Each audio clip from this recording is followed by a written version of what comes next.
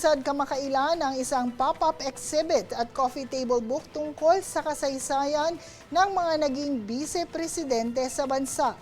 Ginawa ang aktibidad sa Davao City bilang bahagi ng pagdiriwang ng 90th anniversary ng Office of the Vice President.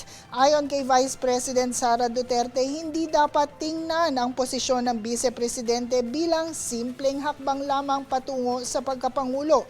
Dumalo rin sa programa si dating Pangulo at Vice-Presidente na ngayon at Kongresista ng Pampanga na si Gloria Macapagal Arroyo.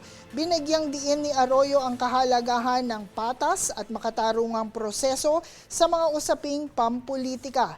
Layunin naman ng exhibit at ng aklat na maipakilala sa publiko ang kontribusyon at papel ng mga naging Vice-Presidente sa kasaysayan ng bansa.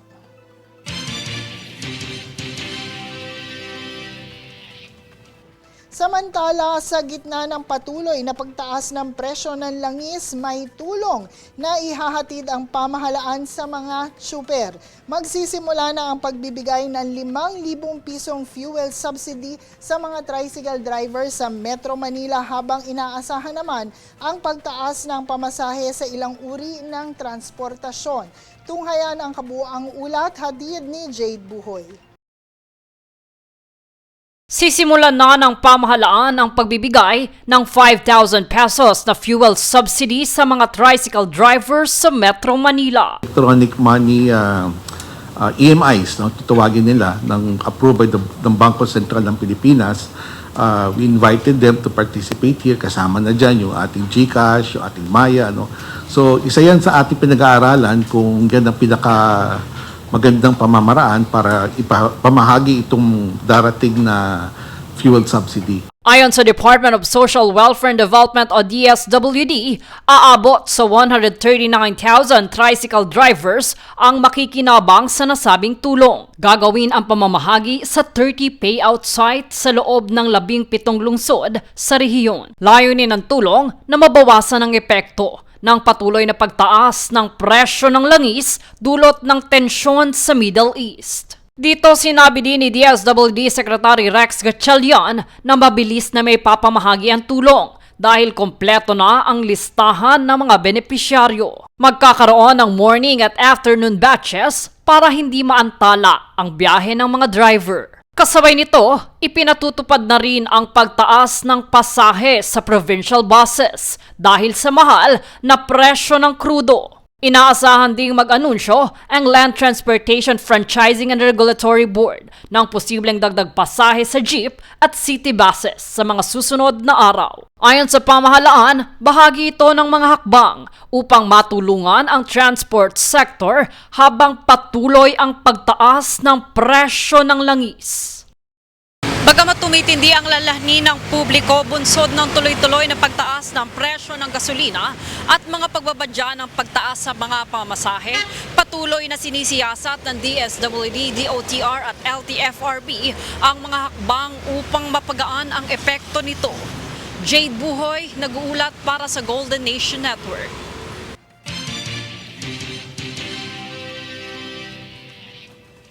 Ilang kongresista umalma sa umano'y kakulangan ng pondo para sa mga proyekto sa kanilang mga distrito at kinukwestiyon ang pamamahala ng budget ngayong taon. Nagbabalik si Jade Buhoy. Walang mga paglilinaw na ginagawa dito sa mga problemang hinaharap namin sa aming mga distrito. Di bakit pa kami nandyan?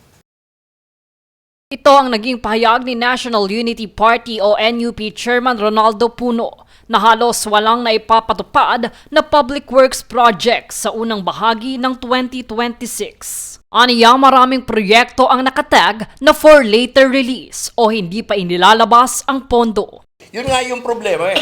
Hindi namin mapaliwanag dahil hindi man namin alam. Basta tatamaan na lang kami. No? Kung nasaan na yung pag-aayos nitong tulay na to, na sinabi niyong maayos na itong quarter na to, hindi namin masagot. Dahil dito wala pang bidding at wala pang nagsisimulang proyekto sa maraming distrito. Dahil sa bagong sistema, kailangan pang suriin ng Department of Budget and Management o DBM ang bawat proyekto bago ilabas ang pondo. Para naman sa kongresista, mahirap itong ipatupad dahil umaabot sa 15 hanggang 20,000 proyekto ang inaasikaso bawat taon. Dito kanya din kwenestyon ang pamunuan ng Kamara dahil umano sa kakulangan ng malinaw na paliwanag sa mga kongresista. But I'm speaking in behalf of our members who are feeling abandoned, no? And all the other congressmen who are feeling abandoned. And for NUP, our position is, if we will continue to be abandoned, then what are we doing here? Dagdag pa niya, may ilang distrito raw na nabawasan ng pondo, habang may iba na mas nakinabang sa budget. Hindi ko na kailangan erase yan eh. Kaya nga sila nasa posisyon nila, dapat alam na nila yan eh. Di ba? Tingin ko alam na nila, hindi lang kinuwento sa amin. Alam mo yun? O, yun ang medyo nakakalungkot. Di ba? We are ready to talk with them anytime if they have solutions. Di ba? Pero kung magchichikahan lang kami na wala namang pupuntahan, hindi bali na. Dahil dito, pinag-aaralan ng kanilang partido ang posibilidad na lumipat sa House Minority. Sa ngayon, wala pang pahayag ang tanggapan ni House Speaker Bogie III tungkol sa nasabing issue. Dito nilinaw ng NUP ang mga alegasyong kinakabit sa kanila. Anila, ang kanilang pinagtutuunan ay mas maayos na pangmamalakad sa Kongreso na siyang mararamdaman ng kanilang mga nasasakupan. Jade Buhoy, nag-uulat para sa Golden Nation Network.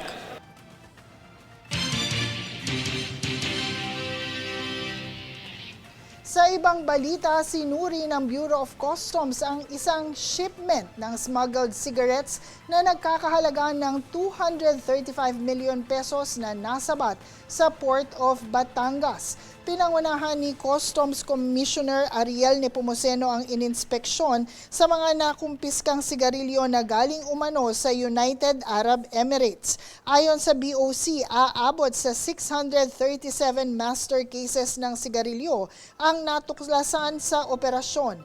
Napag-alaman din na wala itong graphic health warnings at BIR tax stamps na labag sa umiiral na batas. Dahil dito, naglabas ang mga otoridad ng warrant of seizure and detention laban sa shipment. Ayon sa BOC, bahagi ito ng pinaigting na kampanya laban sa smuggling at illegal tobacco trade.